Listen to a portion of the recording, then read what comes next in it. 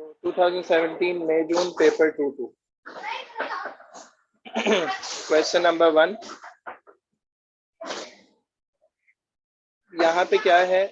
Flights to Sydney, accommodation, insurance cover up to 20 days. कहने क्या? A family of 2 adults and 3 children travel to Sydney for a holiday lasting 14 nights.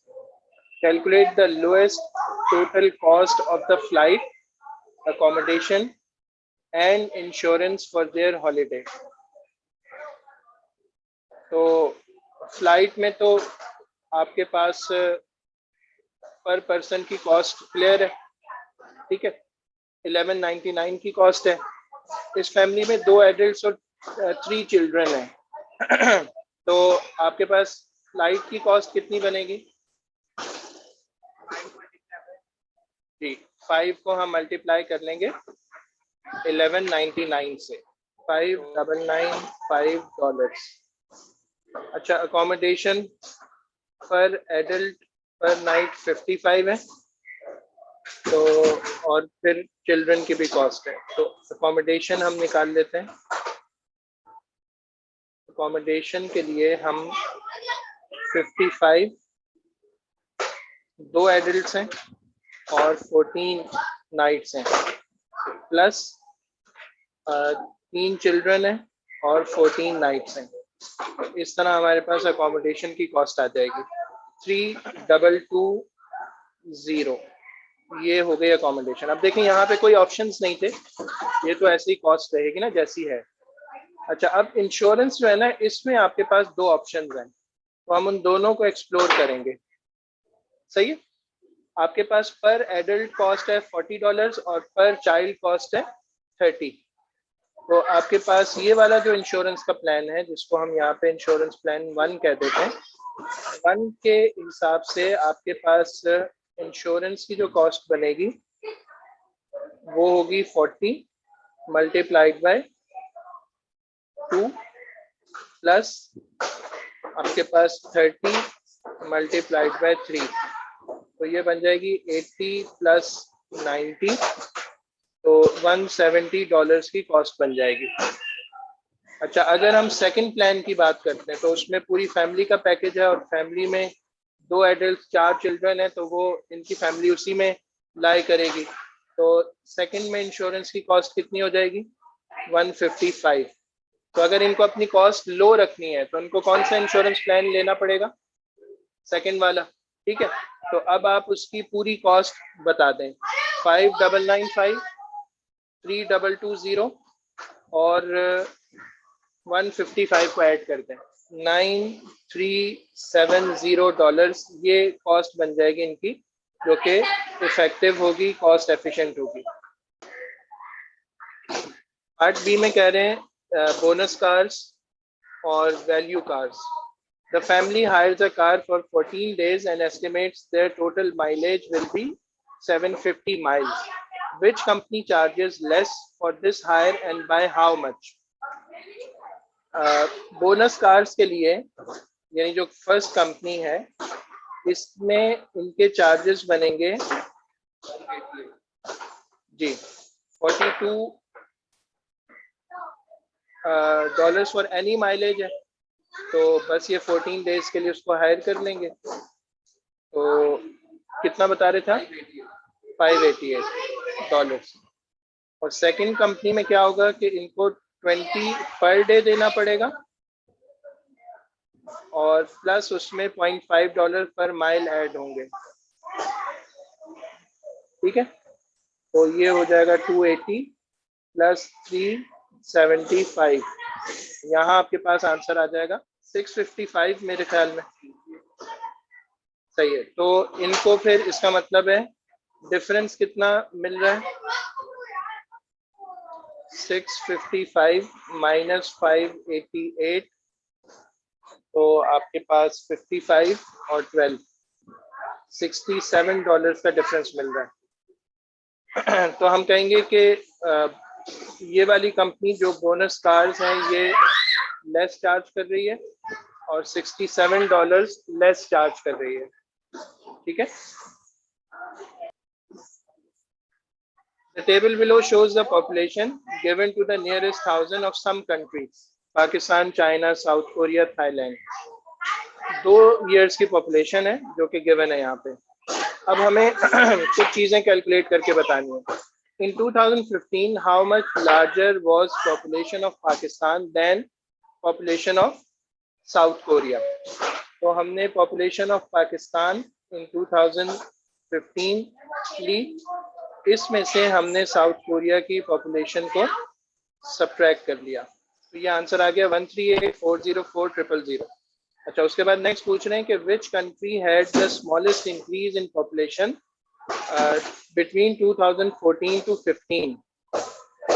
किस country का increase सबसे कम था? ये हमने इनके डिफरेंसेस निकाल लिए, तो आप देख सकते हैं कि सबसे कम डिफरेंस है ना वो यहाँ पर है थाईलैंड का।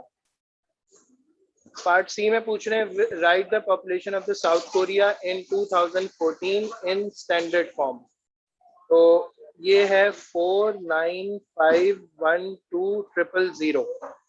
जब हम इसे स्टैंडर्ड फॉर्म में लाएंगे तो हम लिखेंगे 4.9512। यानी स्टैंडर्ड फॉर्म में क्या होता है, पहले नॉन जीरो डिजिट के बाद आपका डेसिमल आता है, सारे नॉन जीरो डिजिट्स लिखे जाते हैं, और आपने डेसिमल को मूव किया 7 डिजिट्स टू द लेफ्ट, तो आप 10 की पावर में क्या लिखेंगे, 10⁻⁷। डेसिमल पॉइंट लेफ्ट में मूव होगा तो 10 की पावर पॉजिटिव आएगी, राइट पर मूव होगा तो 10 की पावर नेगेटिव आ जाएगी। पार्ट बी में पूछ रहे हैं कि find the percentage increase in population of Pakistan from 2014 to 2015। अच्छा, अब देखें इंक्रीज कितना आया, 3036,000 का। 2014 में ओरिजिनल पॉपुलेशन कितनी है, 185,133,000। इसकी परसेंटेज बनाने के लिए हम 100 से मल्टीप्लाई करेंगे, तो आपके पास आंसर क्या आ रहा है, 3। ठीक, तो इसका आंसर आ रहा है 1.639%, और इसको हम राउंड ऑफ करके 1.64% भी लिख सकते हैं। तो 1.64% इंक्रीज हुआ पाकिस्तान की पॉपुलेशन में 2014 से 15 में। पार्ट ई में पूछ रहे हैं the population of Cambodia is in 2015 was 15,677,000. Given that the increase in population from 14 to 15 was 1.68%, calculate the population of Cambodia in 2014. Give your answer correct to 3 significant figures. अच्छा देखें, हम ये सपोज करते हैं कि 2014 में जो इसकी पॉपुलेशन है वो x है, तो 2015 की जो पॉपुलेशन है वो 1.68% इंक्रीज होकर आ रही है, तो हम लिखेंगे कि x मल्टीप्लाइड बाय 101.68% यानी divided by 100 is equal to the population of 2015। ठीक है, इंक्रीज में हम ये करते हैं कि न्यूमरेटर में इंक्रीज को ऐड करके 100 से डिवाइड करते हैं और ओरिजिनल से मल्टीप्लाई कर देते हैं, तो जो इंक्रीज अमाउंट है वो आपको राइट साइड पे मिल जाती है। और अगर डिक्रीज होता तो फिर जाहिर है हम उसको सब्ट्रैक्ट करते न्यूमरेटर के 100 में से। यहाँ से आपके पास पॉपुलेशन आ जाएगी 2014 वाली जी। अब इसको हमें करेक्ट टू 3 सिग्निफिकेंट फिगर लाना है, तो आपके पास ये आ जाएगा 154। सबसे पहले डेसिमल के बाद वाले दोनों 1s ड्रॉप होंगे, कोई फर्क नहीं पड़ेगा। 8 ड्रॉप होगा, ये बनेगा 120। 2 ड्रॉप होगा तो 100, फिर 1 ड्रॉप होगा तो 3 के बाद 4 zeros आ जाएंगे, और फिर आप 3 को भी ड्रॉप कर देंगे तो आपके पास 154,000 ये आ जाएगा। और इसको अगर मैं स्टैंडर्ड फॉर्म में शो करना चाहूँ तो ये बन जाएगा 1.54 इंटू 10⁻⁷। ये पॉपुलेशन थी 2014 के अंदर, और ये 3 सिग्निफिकेंट फिगर में हमने शो कर दिया। तो क्वेश्चन 3 में कह रहे हैं कि Rowena spins two fair spinner each numbered 1 to 4. Her score is the value when the numbers on the two spinners are multiplied together. The table shows some of Rovina's possible scores. पहले spinner पे 1 आया, दूसरे पे भी 1 आया, multiply होके overall answer 1 बन गया, फिर 2 1 3 1 4 1. अब उसके बाद पहले पे 1 और दूसरे पे 2, इस तरह आंसर आ गया. अब इसको अगर हम कंप्लीट करते हैं, वैसे उन्होंने कहा भी है कि इसको कंप्लीट करना है.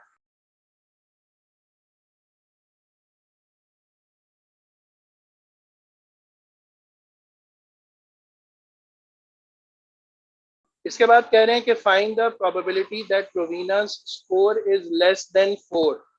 अब पहले ये देखें कि आपके पास टोटल आउटकम्स कितने हैं. तो टोटल आउटकम्स आपके पास हो गए, इसमें से लेस देन 4 वाले कितने हैं? 5 आउटकम्स हैं. तो probability of getting less than 4 result is 5/16. ठीक है, 5/16 इसका आंसर हो गया. 5 कैसे हुआ? मैंने इन 3 रिजल्ट्स को, इस रिजल्ट को और इस रिजल्ट को देखा. ये 5 रिजल्ट्स जो थे ये लेस देन 5 वाले रिजल्ट से, 4 वाले. बाकी या तो 4 हैं या 4 से ग्रेटर हैं, तो वो हमारे फेवरेबल इवेंट्स नहीं होंगे. 5/16 आंसर हो गया. पार्ट सी में कह रहे हैं कि find the probability that Rowena score is an even number. Give your answer as a fraction in its lowest terms. Fraction को सिंप्लीफाई भी करना है. अब आप बताएं कि इवन नंबर्स कितने आंसर्स में आ रहे हैं? 12 आ रहे हैं. तो टोटल इवन नंबर्स आपके पास 12 आ गए. टोटल आउटकम्स आपके पास 16 है. इसको अगर हम लोएस्ट फॉर्म में शो करेंगे तो ये 3/4 बन जाएगा. तो 3/4 ऑफ द रिजल्ट्स जो है ना वो इवन नंबर है, बाकी फिर ऑड नंबर्स होंगे. पार्ट डी में कह रहे हैं कि Forbes says that the Rovina's score is more likely to be a square number than a factor of 6. Is she correct? Show your working. पहले आप ये बताएं कि स्क्वायर नंबर आने की प्रोबेबिलिटी यहाँ कितनी है? जी 1 हो गया, 2 3 4 5 और एक 9. सही है, 6 हो गया. तो स्क्वायर नंबर आने की प्रोबेबिलिटी जो है वो 6/16 यानी 3/8 है. 6/16 भी सही है. अच्छा, फैक्टर ऑफ 6 उसमें कौन कौन आएगा? उसमें हमारे पास 1 आ जाएगा, 2 आ जाएगा, 3 आ जाएगा और 6 आ जाएंगे. तो 1 2 3 4 5 6 7 हो गया. तो यहाँ हम प्रोबेबिलिटी लिखेंगे 7/16. अब उसने क्या कहा था कि Rowena score is more likely to be a square number than a factor of 6. तो स्क्वायर नंबर की प्रोबेबिलिटी कम है, जबकि फैक्टर ऑफ 6 की प्रोबेबिलिटी ज्यादा है. Is she correct? हम कहेंगे no, she is not correct, क्योंकि फैक्टर ऑफ 6 आने की प्रोबेबिलिटी ज्यादा है, स्क्वायर नंबर आने की प्रोबेबिलिटी कम है. तो रीजन हमने ये वर्किंग शो करनी है. दोनों की प्रोबेबिलिटी निकालें और आप बता दें कि फैक्टर ऑफ 6 आने की जो प्रोबेबिलिटी है it is greater than the probability of getting a square number. A B C 3 matrices हमें गिवन है. Calculate 2b - 3a. तो 2b का मतलब होगा 2 multiplied by the matrix 5 3 -2 1 -3a का मतलब होगा 3 मल्टीप्लाइड बाय मैट्रिक्स 3. अच्छा, अब देखिए मैं दोनों काम एक साथ कर लेता हूँ. 5 2 10 -9, 2 3 6 -6 -4 +12 और 2 +6. तो आपके पास फाइनल आंसर 1 0 8 और 8 आ जाएगा. ये इस फॉर्म का फाइनल आंसर है. नेक्स्ट पार्ट में कह रहे हैं कि आपने बी और सी को मल्टीप्लाई करके आंसर बताना है। तो बी का मतलब हो गया 5, 3, -2, 1 और आपने इसमें मल्टीप्लाई करवा दिया -2 और 1 को। ठीक है, अब मल्टीप्लिकेशन की कंडीशन क्या होती है कि आपके पास फर्स्ट मैट्रिक्स के नंबर ऑफ कॉलम्स इक्वल होने चाहिए सेकंड मैट्रिक्स की रोज के। तो वो यहाँ पे इक्वल है। फर्स्ट मैट्रिक्स में आपके पास 2 कॉलम्स हैं और सेकंड मैट्रिक्स में आपके पास 2 रोज हैं, तो ये मल्टीप्लाई हो जाएंगे। जब हम मल्टीप्लाई करेंगे तो हम यहाँ से एक रो लेंगे और उसको कॉलम से मल्टीप्लाई करेंगे। तो यहाँ पर आएगा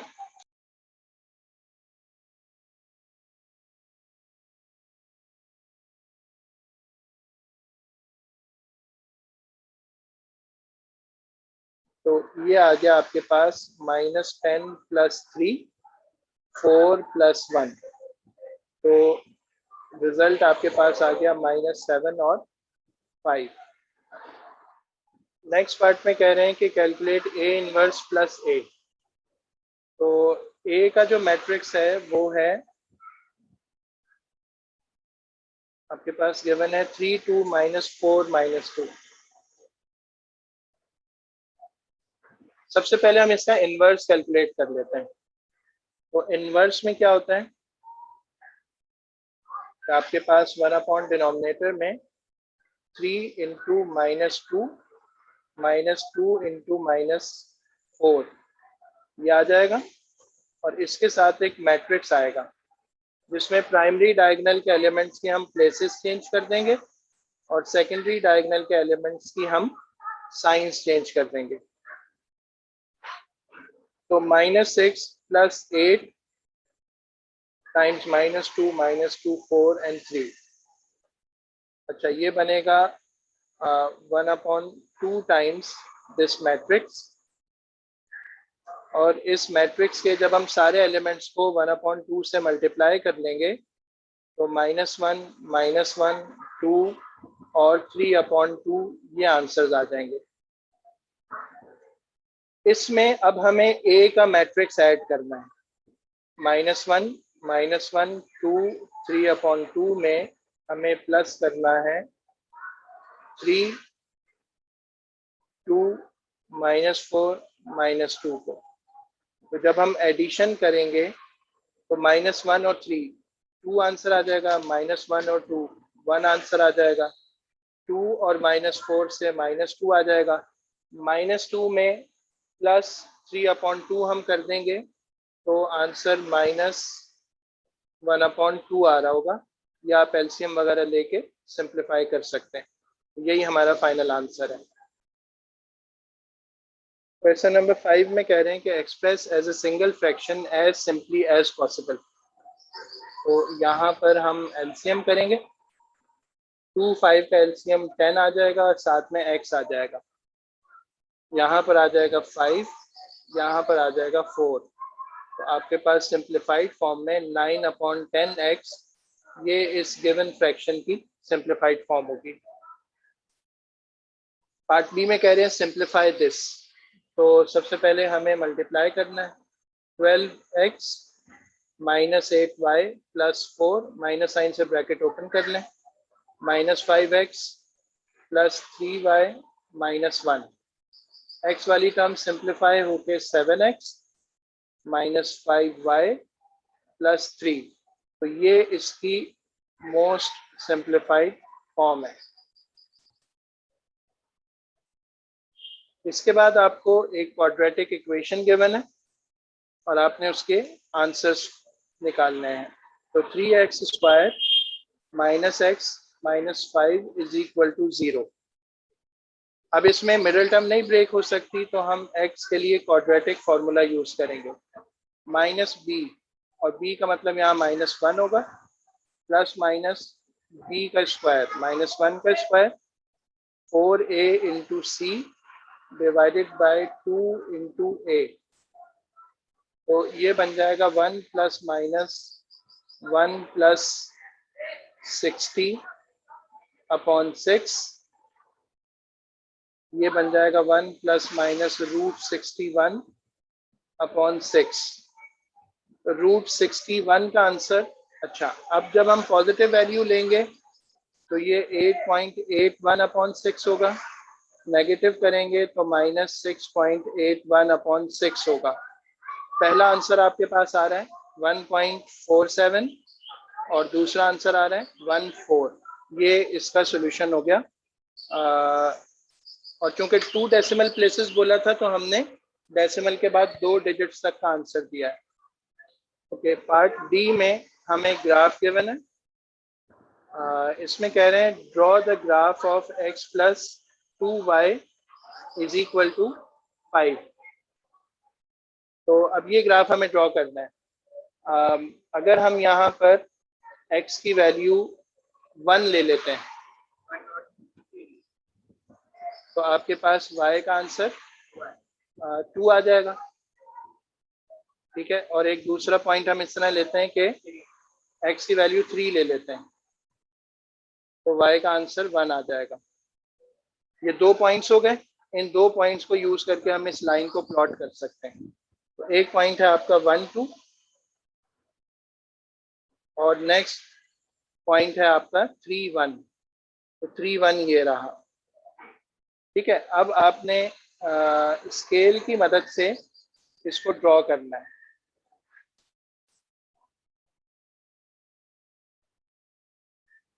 तो ये वाली लाइन जो है ना कुछ इस तरह ड्रॉ होगी यहाँ पर। वो आप स्केल से करेंगे तो एग्जैक्ट स्ट्रेट लाइन बनेगी। नेक्स्ट पार्ट में कि shade the region defined by these inequalities and label it R। x is less than और इक्वल टू 3। ये कैसी लाइन होगी? वर्टिकल लाइन होगी। और वो वर्टिकल लाइन आपको ये नजर आ रही है। ये जो लाइन है ना, ये x इज इक्वल टू 3 की लाइन है। लेस देन और इक्वल में इसके लिए शेडिंग कहाँ होगी? इसके लेफ्ट पर। तो लेफ्ट का पूरा रीजन शेड हो जाएगा इसकी वजह से। फिर है y इज लेस देन और इक्वल टू 4। ये कैसी लाइन होगी? हॉरिजॉन्टल। ये है y इज इक्वल टू 4। इसके लेस में इसके नीचे का पूरा रीजन शेड हो जाएगा। ठीक है, और इसके बाद है y is less then 2x। y is less then 2x या y is equal to 2x कैसी लाइन होगी? कहाँ से पास होगी? ओरिजिन से। अब देखें, ओरिजिन से एक ही लाइन है जो हमें पास होती हुई नजर आ रही है। ये y is equal to 2x है। लेस में जो शेडिंग होगी वो इसके नीचे वाली साइड पर होगी, बिलो द लाइन होगी।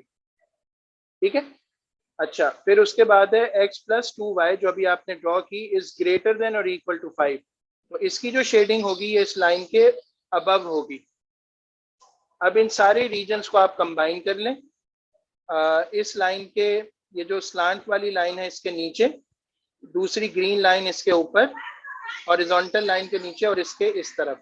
तो ये वाली जो शेडिंग है ना ये पूरी इस तरह से होगी और इस रीजन को हमें कैपिटल R से लेबल करना है जो कि हमारा रिक्वायर्ड रीजन बन जाएगा। अच्छा, क्वेश्चन नंबर 6 में है एक ट्राइंगल गिवन है। कैसी ट्राइंगल है ये? राइट एंगल ट्राइंगल है। तो आप इस पर ट्रिग्नोमेट्रिक रेशियोज भी लगा सकते हैं और पाइथागोरस थ्योरम भी लगा सकते हैं। अभी आपको कैलकुलेट करना है PQ। जो एंगल गिवन है ये साइड उसके ऑपोजिट है, तो इसका मतलब है ये ऑपोजिट वाली साइड है। और जो एक और लेंथ आपको गिवन है वो 90 के ऑपोजिट है, तो इसका मतलब है वो आपका हाइपोटेन्यूज बनेगा। PQ कैलकुलेट करने के लिए हम ऑपोजिट और हाइपोटेन्यूज यानी हम कौन सी रेशियो लगा लेंगे? साइन की। Sine 38 degree is equal to PQ upon hypotenuse यानी 12। तो PQ की लेंथ आपको मिल जाएगी अगर आप 12 को साइन 38 से मल्टीप्लाई कर लेंगे। इसका आंसर आ रहा है 7.388, जिसे हम राउंड ऑफ करके 7.39 भी बना सकते हैं और फर्दर राउंड ऑफ करके 7.4 भी ले सकते हैं। तो ये 7.4 सेंटीमीटर्स इसका आंसर होना चाहिए। 39 भी सही होगा जी।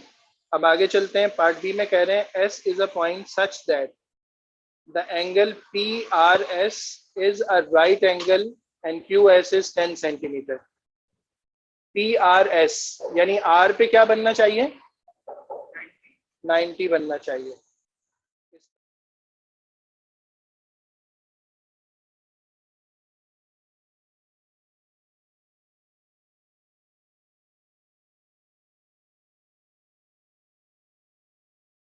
कि आपके पास एंगल एस का आंसर आया 71 डिग्रीज। ठीक है, तो अब इसके लिए जो दूसरा एंगल बनेगा ना, चूंकि ये साइन से आपने एंगल निकाला है, तो 180 माइनस 71 से आपके पास आएगा। तो दो आंसर आपके पास 71 और 109 के आ जाएंगे। आपके पास कुछ पैटर्न्स आपको नजर आ रहे हैं, तो अब ये बताएं कि पैटर्न 5 में क्या होगा।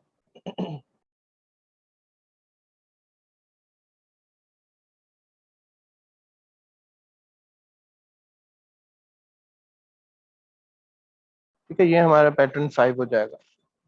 ड्रॉ पैटर्न 5 अबव, वो हमने कर दिया। The table shows the number of crosses and circles in each pattern. तो नंबर ऑफ क्रॉसेस में 1, 3, 6, 10 और ये पैटर्न्स चल रहे हैं।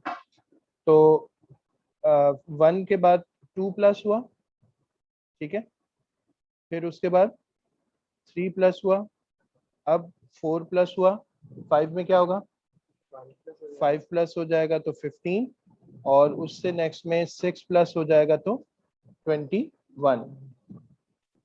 अच्छा, इसके बाद नेक्स्ट नंबर ऑफ सर्कल्स में 0 से 1 यानी 1 ऐड हुआ, 1 से 3 2 ऐड हुआ, 2 से 3 3 ऐड 3 से 6 में 3 ऐड हो गया।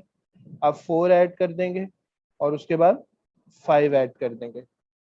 यानी बिल्कुल क्रॉसेस की तरह है, बस वो 1 से शुरू हो रहा था और ये 0 से स्टार्ट हो रहा है। Total number of crosses and circles, अब इन दोनों को हम ऐड कर रहे हैं, तो इसमें आपको क्या पैटर्न नजर आ रहा है? जी हाँ, पैटर्न नंबर का स्क्वायर हो रहा है। पैटर्न नंबर 1 है तो 1 का स्क्वायर, 2 है तो 2 का स्क्वायर, 3 है तो 3 का स्क्वायर एंड सो ऑन। तो ये हमने टेबल कंप्लीट करना था, वो कर लिया।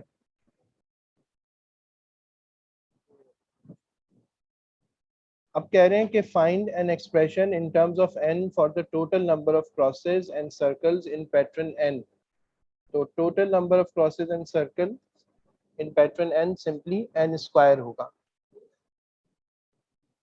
नेक्स्ट पार्ट में है an expression in terms of n for the number of crosses in pattern n is 1/2n square plus 1/2n। How many crosses are there in pattern 30? 30th pattern के लिए हम क्या करेंगे, n की value 30 replace कर देंगे। तो इसको फिर हम सिंप्लीफाई कर लेते हैं। 1/2 टाइम्स 900 प्लस 15, 450 प्लस 15, तो आपके पास फाइनल आंसर 465 आ जाएगा। Show that the number of circles in pattern n is 1/n square minus 1/2n। n square, उसमें से अगर आप क्रॉसेस को सब्ट्रैक्ट कर दें, जिसका एक्सप्रेशन ये था जो अभी हमने देखा, तो आपके पास नंबर ऑफ सर्कल्स बचने चाहिए। ऐसे ही होना चाहिए ना। ठीक है, देखें, आपके पास जो टोटल पैटर्न है ना जिसमें क्रॉसेस और सर्कल्स एडेड हैं, उसका एक्सप्रेशन n स्क्वायर है। इसमें से अगर आप नंबर ऑफ क्रॉसेस को सब्ट्रैक्ट कर दें, और नंबर ऑफ क्रॉसेस का एक्सप्रेशन हमने देखा था वो यहाँ पे गिवन था, इसको सब्ट्रैक्ट कर दें तो आपके पास सर्कल्स बचने चाहिए। तो अब इसको हम सिंप्लीफाई कर लेते हैं। ये है n square minus n square upon 2 minus n upon 2। पहली दो टर्म सिंप्लीफाई हो जाएंगी, तो 2n square minus n upon 2, तो आपके पास final answer n upon 2 minus n upon 2 आ गया। तो इस तरह आप लिखेंगे हेंस प्रूफ। अब ये कह रहे हैं the number of crosses in pattern m is equal to 5m। Find m। Number of crosses के लिए एक्सप्रेशन क्या है हमारे पास, 1/2 n square plus 1 upon n। अच्छा, अगर हम इसमें पैटर्न m को लाना चाह रहे हैं तो हम क्या करेंगे कि n की जगह पर क्या रिप्लेस करेंगे, m रिप्लेस कर देंगे। तो ये पैटर्न इस तरह बन जाएगा और इसका जो आंसर आ रहा है वो है इक्वल टू 5m। अब इस पूरी इक्वेशन में कितने अननोन्स हैं, एक अननोन है। तो अगर हम यहाँ पे एलसीएम करते हैं तो m square plus m divided by 2 is equal to 5m आ जाएगा। So m square minus 10 m plus m is equal to 0 हो जाएगा।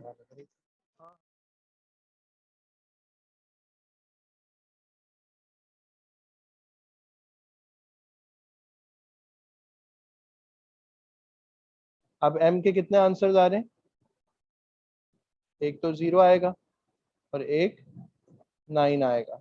तो हम कौन सा आंसर एक्सेप्ट करेंगे यहाँ पर, हाँ 9 वाला, 0 वाला क्यों नहीं?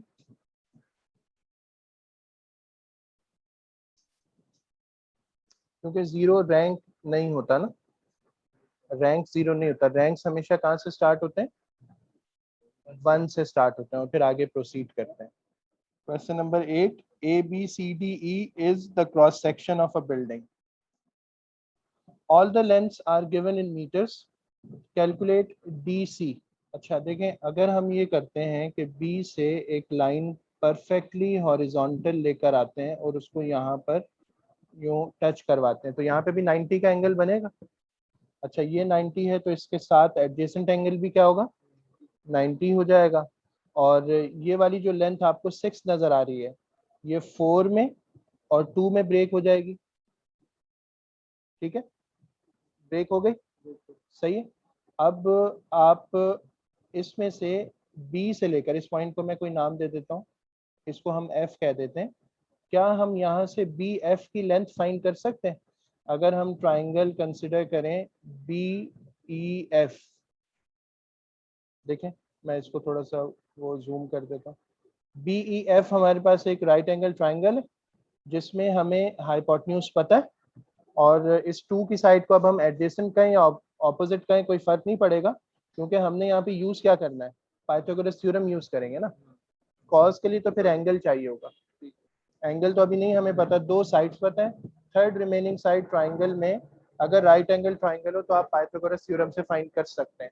ठीक है, तो हम यहाँ लिखेंगे कि बी ई स्क्वायर जो कि हाइपोटेन्यूज है is equal to B F square plus F E square. तो बी ई का मतलब हो गया 15.1 का स्क्वायर, बी एफ का मतलब हो गया ये हमें फाइंड करना है, प्लस 2 स्क्वायर। सो बी एफ स्क्वायर, तो मैं इसको 228 कर देता हूँ बस। 228 में से हमने 4 को सब्ट्रैक्ट किया, 224 आ गया और इसका अब हम कर लेते हैं स्क्वायर रूट, 14.96 या 97 कर देते हैं, 14.97 सेंटीमीटर्स। इसका DC के साथ क्या रिलेशन है, पैरेलल है और इक्वल भी है क्योंकि ये रेक्टेंगल है ना। तो हम कहेंगे कि DC is also equal to 14.97 meters. Next part में पूछ रहे हैं कैलकुलेट एंगल EAB, यानी ये वाला एंगल हमें कैलकुलेट करना है। क्या करना चाहिए, कोसाइन रूल लगाना चाहिए। रीजन क्या है, रीजन सिर्फ ये है कि यहाँ पर जो ट्राइंगल है वो राइट एंगल ट्राइंगल नहीं है। अगर होती तो हम किसी और तरीके से कर लेते, यहाँ पे कोसाइन रूल लगेगा। तो कोसाइन की जो फॉर्म यहाँ यूज होगी, cos of angle A is equal to, अच्छा अब देखें यहाँ पर A के ऑपोजिट जो साइड है ना उसका स्क्वायर कैसा आएगा, नेगेटिव आएगा। बाकी जो 2 साइड्स हैं उनके स्क्वायर कैसे आएंगे, और डिनोमिनेटर में 2 टाइम्स पॉजिटिव साइड्स का प्रोडक्ट आएगा। आंसर 97.5 आ रहा है। नेक्स्ट पार्ट में कह रहे हैं calculate the area of the cross section.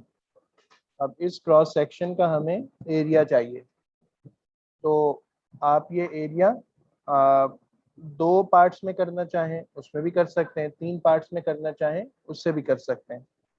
तो हम फिलहाल ऐसा करते हैं कि इसको दो पार्ट्स में करके सॉल्व कर लेते हैं। ठीक है, तो हम क्या करते हैं, एक तो हम एरिया 1 बनाते हैं, जो कि एरिया हो जाएगा ट्रिपीजियम का, और एक हम एरिया 2 कंसिडर करते हैं जो कि एरिया हो जाएगा ट्राइंगल का। ठीक है, एरिया 1 के लिए हम फॉर्मूला यूज करेंगे 1/2 times sum of parallel sides, तो वो बन जाएगा 4 + 6 मल्टीप्लाइड बाय द हाइट, और हाइट जो अभी हमने कैलकुलेट की थी वो DC थी, वो थी 14.97। यहाँ से आपके पास एक आंसर आएगा, वो आप बता देंगे। और एरिया 2 के लिए हम एक फॉर्मूला यूज करेंगे 1/2 times length of two sides multiplied by sine of the included angle. तो दो साइड्स हम लेंगे 9 और 11, इस वजह से कि इनका इंक्लूडेड एंगल हमें पता है, और वो आ रहा था 97.5। तो अब A1 और A2 दोनों का आंसर फाइंड करके हम इन्हें ऐड कर देंगे और हमारा फाइनल एरिया आ जाएगा 123.921, जो कि अप्रोक्सीमेटली 124। अच्छा, लास्ट पार्ट में कह रहे हैं a model of the building is made using the scale 1:50।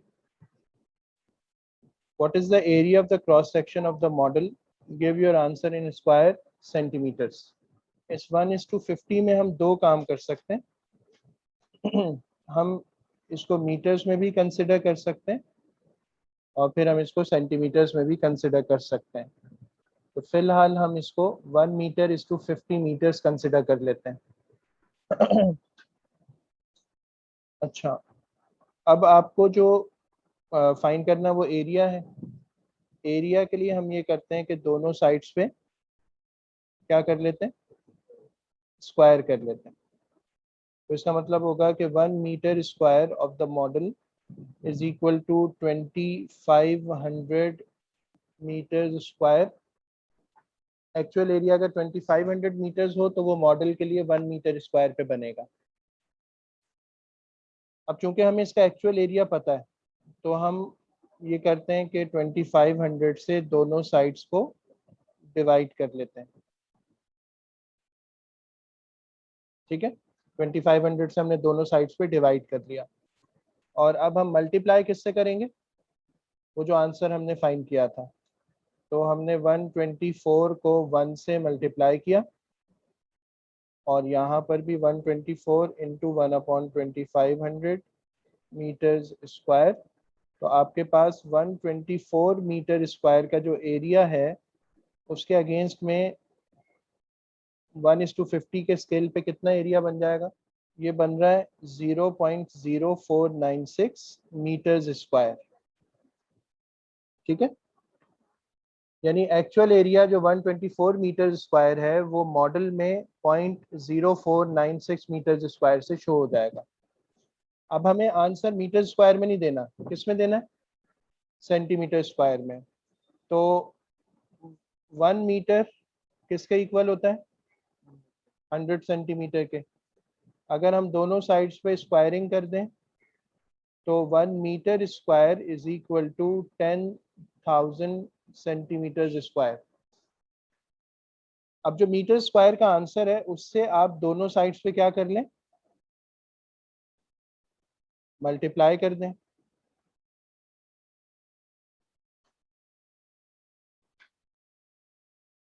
तो आपके पास 496 सेंटीमीटर स्क्वायर का आंसर आ जाएगा। ये मॉडल का एरिया होगा इस स्केल के मुताबिक। Question number 9, a random number x is generated where x is any real number। यानी इंटीजर भी हो सकता है, कोई फ्रैक्शन वगैरह भी सब हो सकता है, बस रियल नंबर है, कॉम्प्लेक्स नहीं है। Part A, manual aids 2 to x। ठीक है, x में उसने 2 ऐड किया तो क्या बनेगा, x plus 2. He subtracts x from 10 y. अब उसने क्या किया कि उसने x plus 2 को और 10 minus x को मल्टीप्लाई कर दिया और उसका जो रिजल्ट है उसको उसने y कहा. अब क्या कह रहे हैं, प्रूफ कर दें y इसके इक्वल है, तो उसके लिए हमें क्या करना होगा, मल्टीप्लाई कर देना होगा. तो ये बन गया 20 और plus 8x minus x square. अब on the grid opposite draw the graph of y is equal to this for 0 to 10. x की वैल्यू 0 to 10 लेनी है. 4 points have been plotted for you. तो 4 पॉइंट्स इन्होंने पहले से प्लॉट कर दिए हैं. अब ये जो 4 पॉइंट्स हैं, x की वैल्यू 1 है, x की वैल्यू 9 है और x की वैल्यू 0 पे है और x की वैल्यू 10 पर है. तो आप 0, 1 और 9, 10 को छोड़ दें.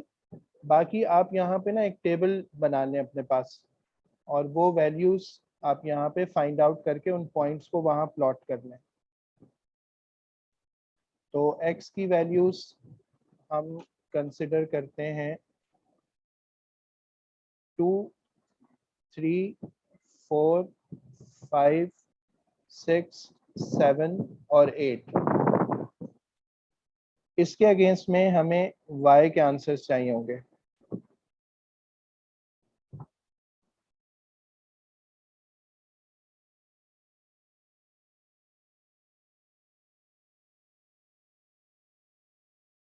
अच्छा जी, अब ये हमने वैल्यूज फाइंड कर ली हैं और आप जरा एक नज़र इस इक्वेशन को देखें. ये कौन सा फंक्शन है, क्वाड्रेटिक फंक्शन है, ठीक है. ग्राफ कैसा बनेगा, पैराबोला बनेगा. अब वो ओपन अप होगा या ओपन डाउन होगा, डाउन होगा. डाउन क्यों होगा, क्योंकि एक्स स्क्वायर का कोफिशिएंट कैसा है, नेगेटिव है, तो वो ओपन डाउनवर्ड्स होगा. और इसमें कौन सा पॉइंट होगा, एक मैक्सिमम पॉइंट होगा. लेकिन वो सब अभी हमें नहीं करना, सिर्फ हमें ग्राफ को प्लॉट करना है. तो ये ग्रिड है, इस ग्रिड पे हम एक एक करके पॉइंट्स को प्लॉट करते जाएंगे.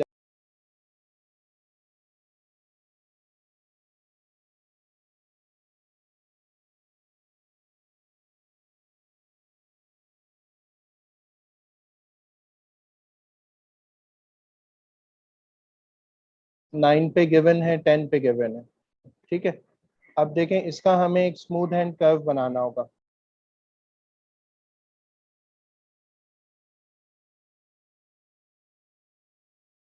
पार्ट सी देखते हैं. On the same grid draw a suitable line to find the value of Manuel's number when it is the same as the random number x. On the same grid draw a suitable line. ठीक है, इसका मतलब है हमने क्या करना है, एक स्ट्रेट लाइन ड्रॉ करनी है. किस तरह, to find the value of Manuel's number y. हमें y की वो वैल्यू मिल जाए when it is the same as the random number x. जब y की वही वैल्यू हो जो किसकी वैल्यू है, x की. तो अब हम कौन सी लाइन यहाँ पे ड्रॉ करना चाहेंगे, आपको यहाँ पर लाइन ड्रॉ करनी होगी y is equal to x की. ये कौन सी लाइन होती है, ये ओरिजिन पे से पास होती है, 45 के एंगल से चलती है, y is equal to x. तो इसके पॉइंट्स ऐसे बनेंगे कि x और y दोनों की वैल्यू सेम होगी. मिसाल के तौर पर अगर मैं x की वैल्यू 5 रखूंगा तो y की वैल्यू भी क्या होगी, 5 होगी. इसी तरह अगर मैं x की वैल्यू 10 रखूंगा तो y की वैल्यू भी क्या होगी, 10 होगी. तो पहले मुझे पॉइंट्स मार्क करने हैं. 5, 5 ये पॉइंट है जो कि है 5, 5 का पॉइंट, और एक पॉइंट मुझे चाहिए जो कि 10 का होना चाहिए. हाँ, तो वो 10 पे हम ले लेते हैं, तो वो ये वाला पॉइंट होगा. अब हमें इन दो पॉइंट्स को अलाइन करके लाइन ड्रॉ करनी है जो कि ऑटोमेटिकली ओरिजिन से पास हो जाएगी.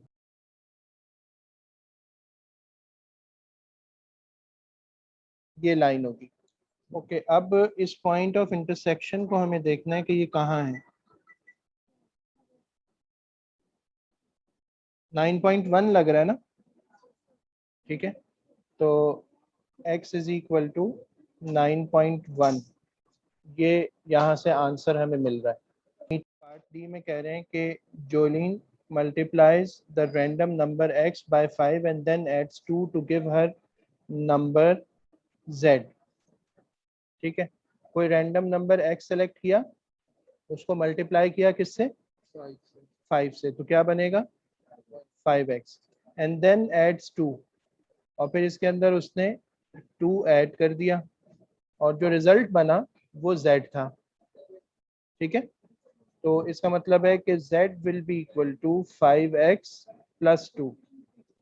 अब ये जो रिजल्ट आप देख रहे हैं, अगर हम इसका ग्राफ बनाएंगे तो कैसा ग्राफ बनेगा, कैसा ग्राफ बनेगा, कर्व बनेगा, स्ट्रेट लाइन बनेगी, क्योंकि ये लीनियर इक्वेशन है ना।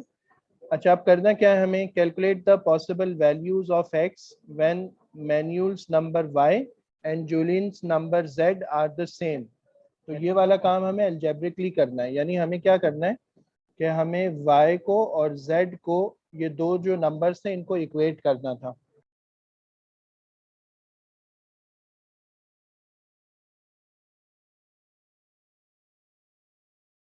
अब हम इसे सॉल्व कर लेते हैं। X square minus 8x minus 20 plus 5x plus 2 is equal to 0 से, तो x square minus 3x minus 18 is equal to 0।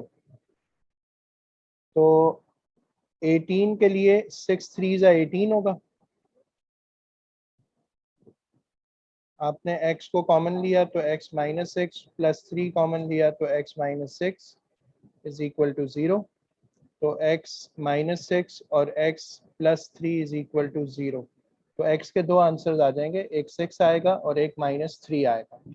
Question number 10 में आपको पॉइंट A दिया हुआ है, नॉट बना हुआ है उस पर।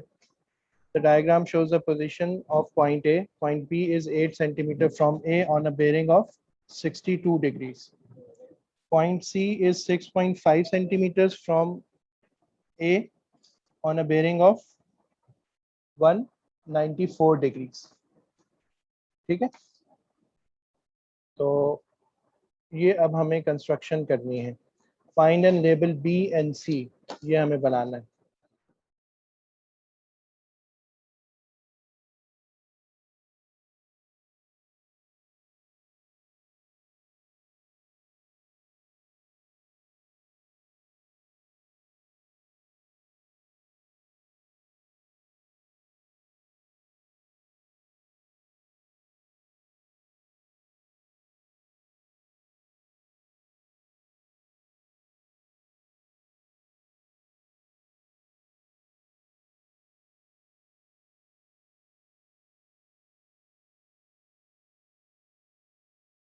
और ये पॉइंट आपका पॉइंट B होना चाहिए, जो कि 62 के बेरिंग पर है और 8 सेंटीमीटर्स इसकी लेंथ है।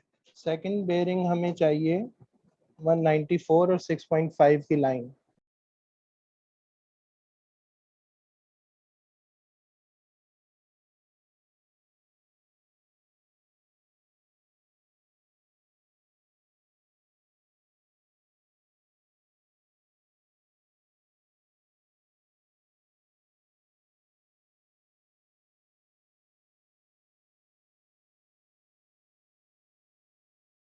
और ये लेंथ 6.5 सेंटीमीटर्स की।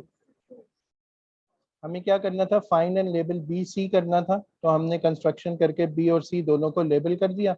बी 62 के बेरिंग पे 8 सेंटीमीटर्स दूर है और वो 194 के बेरिंग पे 6.5 के डिस्टेंस पे है। अब नेक्स्ट में हमें ये करना है कि point D is the point on B सी।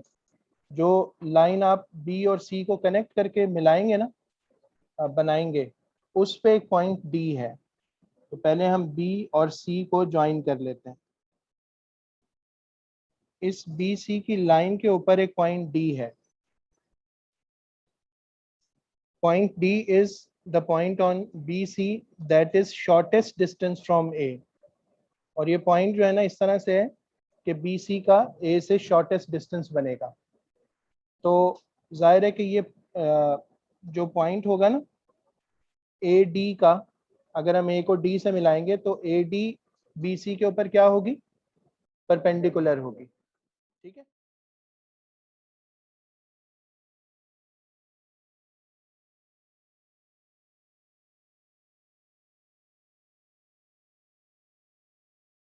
ये वाली लाइन हो जाएगी और ये पॉइंट डी बन जाएगा। तो इस तरह हमने 90 के एंगल पर रखकर एक लाइन ड्रॉ की BC से और A के साथ उसको ज्वाइन कर दिया और ये एंगल हमारे यहाँ पर ना 90 बन रहा है। अब मेजर AD, आपको इसकी मेजरमेंट करके बतानी है कि A से D तक का डिस्टेंस कितना आ रहा है। तो इसका आंसर 2.7 से लेकर 3.1 की रेंज में जो भी होगा वो एक्सेप्टेबल होगा। अच्छा, अब नेक्स्ट ये कह रहे हैं कि by taking measurements find the ratio CD is to DB। CD और DB दोनों लेंथ्स कैलकुलेट करें और उनकी रेशियो बताएं। ये देखें 5.5 से 6 के दरमियान CD हो सकता है, सही है, नोट कर लें। आपके पास CD की जो आंसर है ना, ये 5.5 से लेकर 6 तक है मार्क स्कीम के मुताबिक, और DB जो है उसकी रेंज इन्होंने बताई है 7.3 से लेकर 7.7 तक। करें किसी के पास मेजरमेंट 5.5 इज टू 7.3 आ रही है, अब इसको 1:n की फॉर्म में कैसे लाएंगे? जो स्मॉलर नंबर है उससे आप दोनों साइड्स पे डिवाइड कर दें। तो 5.5 को 5.1 से किया, 1 बन गया। 7.3 को 5.5 से करें तो आपके पास आंसर आ रहा है 1.3 आ रहा है। तो ये इसमें भी 1.2 से 1.4 के दरमियान जो भी आंसर आएगा वो एक्सेप्टेबल होगा। ओके, तो अब हम नेक्स्ट पार्ट की तरफ मूव करते हैं, पार्ट 5। इसमें गिवन है the area of triangle ADB is W centimetres square. तो ट्राइंगल ADB का एरिया हमें W सेंटीमीटर्स स्क्वायर गिवन है। Giving your answer in terms of W, find the area of triangle ADC। अच्छा, हमें W की form में answer देना है और ट्राइंगल ADC का एरिया हमें फाइंड आउट करके बताना है कि ये एरिया क्या आ रहा होगा। इससे पिछले पार्ट में हम ADC में से एक साइड थी CD और ABD उसमें से एक साइड थी DB, उनकी रेशियो फाइंड कर चुके हैं, वो 1:1.3 आ रही है। तो इसी से हम इन्फर करते हुए ये कहेंगे कि ट्राइंगल ADC अगर इसका एरिया 1 है तो ट्राइंगल ADB का एरिया 1.3 होना चाहिए। और इसी तरह अगर ADB के एरिया को W कहा गया है तो फिर हम ADC का एरिया वर्कआउट करेंगे। उसके लिए हम ये करेंगे कि ADC के लिए चूंकि 1 है नंबर रेशो का, तो हम 1 ही रखेंगे इसको मल्टीप्लिकेशन में, और 1.3 टाइम्स या रेशो में इसका एरिया होना चाहिए। उस रेशो के नंबर को जब हम इस तरफ मूव करेंगे ट्राइंगल ADC की तरफ, तो हम यहाँ पे 1.3 से डिवाइड कर रहे होंगे। तो 1.3 से जब हम डिवाइड करेंगे तो यहाँ पे आंसर हमें मिल जाएगा। तो इस डिवीजन से इसका आंसर 0.77 टाइम्स W आ रहा है। यही इस ट्राइंगल का एरिया होगा इन टर्म्स ऑफ W। तो इसमें हमें सबसे पहले less than 6 centimetre from E का रीजन चाहिए। तो आपने E को एंटर बनाते हुए 6 सेंटीमीटर की एक आर्क लगानी है, लेकिन ये याद रखें कि आर्क जो होनी चाहिए वो कैसी होनी चाहिए? आर्क कैसी होनी चाहिए? डॉटेड होनी चाहिए, ठीक है, क्योंकि वो आर्क खुद इंक्लूडेड नहीं होगी। लेस देन 6 है ना, डॉटेड लगाएं वो ज्यादा बेहतर है। अच्छा, nearer to AF than to AE, तो जाहिर है हमें फिर पहले एंगल बाइसेक्ट करना पड़ेगा। एंगल बाइसेक्टर की एक लाइन हमने बना ली। अच्छा, nearer to AF than to AE, तो हम इस लाइन के राइट पर होंगे। Nearer to A than to F, तो AF का हमें चाहिए होगा मिड पॉइंट, वहां पर फिर हम एक परपेंडिकुलर लाइन बनाएंगे, ठीक है। तो आपके पास जो रीजन आएगा वो ये वाला रीजन आ रहा होगा, जो आपकी आर्क के लेफ्ट पर होगा, एंगल बाइसेक्टर वाली लाइन के राइट पर होगा, और ये जो मिड में मैंने लाइन बनाई है इसके लेफ्ट पर होगा या इसके बिलो होगा। इस तरह का कुछ रीजन आपके पास बन जाएगा। क्वेश्चन नंबर 11 में है the table below summarises the times taken by 50 athletes to run 400 metres. ठीक है, तो 50 से 55, 55 से 60, 60 से 65, 70 एंड 75, 5 के इंटरवल से क्लासेस बनाई गई हैं और जितने एथलीट्स को जो टाइम लग रहा है वो इन्होंने यहाँ पे फ्रीक्वेंसी उसके दे दी है। अब पार्ट 1 में पूछ रहे हैं state the model class. Mod किस क्लास में एग्जिस्ट करेगा?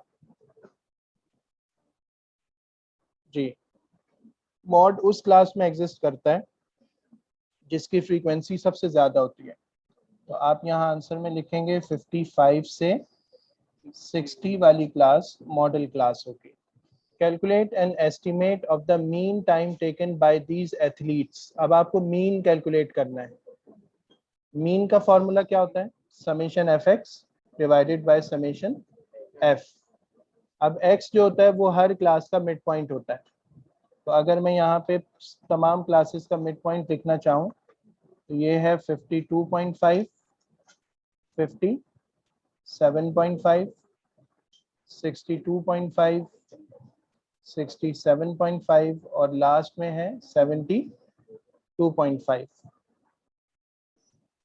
अच्छा, समेशन एफ एक्स का मतलब क्या होगा? अगर हम चाहें तो ऊपर भी कॉलम बना सकते हैं। चलिए मैं यही बना लेता हूँ कि एफ एक्स जो है ना वो 52.5 और 7 को मल्टीप्लाई करके मिलेगा।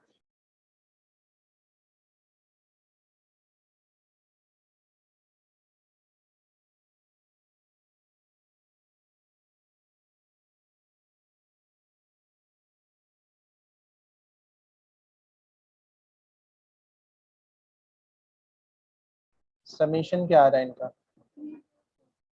3040। ठीक है, तो आपके पास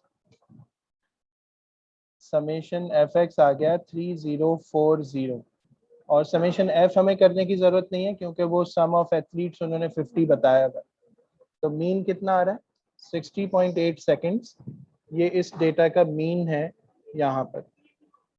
नेक्स्ट पार्ट में कह रहे हैं calculate the probability that an athlete chosen at random took less than 60 seconds to run 400 meters। Less than 60 वाले कितने? 23। इसमें हम 16 और 7 को ऐड करेंगे। तो प्रोबेबिलिटी निकालने के लिए फिर हम ये करेंगे कि 16 + 7 डिवाइडेड बाय 50। तो आपके पास 23/15 की प्रोबेबिलिटी आ जाएगी।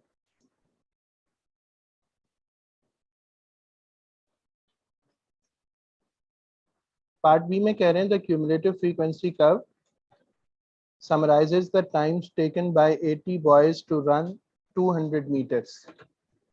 अभी एक डिफरेंट सिनेरियो है ना। Find the median time. Median इसका कहाँ पर होगा? 40 पर होगा। तो 40 पे हम देख लेते हैं कि ये 40 वाला पॉइंट एक्स एक्सिस पे कहाँ आके मीट कर रहा है। तो ये मीट कर रहा है 34 पर। तो इसका मतलब है मीडियन टाइम 34 सेकेंड्स है। अच्छा, इंटर क्वार्टाइल रेंज, उसके लिए हमें लोअर क्वार्टाइल जो कि 20 पे मिलेगा वो चाहिए होगा। लोअर क्वार्टाइल 32 आएगा, अपर 36 आएगा और इनका डिफरेंस, इससे हमें आंसर मिलेगा 4.5। तो ये इसकी इंटर क्वार्टाइल रेंज हो जाएगी 4.5।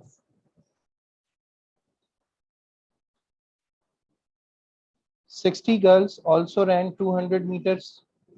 The girl who took the longest time ran 200 meters in 40 seconds, shortest time 28 seconds। The lower quartile for the boys and the girls is the same। यानी lower quartile यहाँ भी कितना है? 32 है। The inter quartile range for the girls is 4 seconds. तो अपर quartile कितना बनेगा? हाँ, क्योंकि इंटर क्वार्टाइल रेंज 4 की है ना, तो आपका Q3 यानी अपर क्वार्टाइल यहाँ 36 हो जाएगा। ये Q1 है। Draw the cumulative frequency curve on the grid above. इसी ग्रिड के ऊपर आप इस कर्व को भी ड्रॉ कर दें। तो हाईएस्ट टाइम या लॉन्गेस्ट टाइम 40 है और शॉर्टेस्ट टाइम 28 है।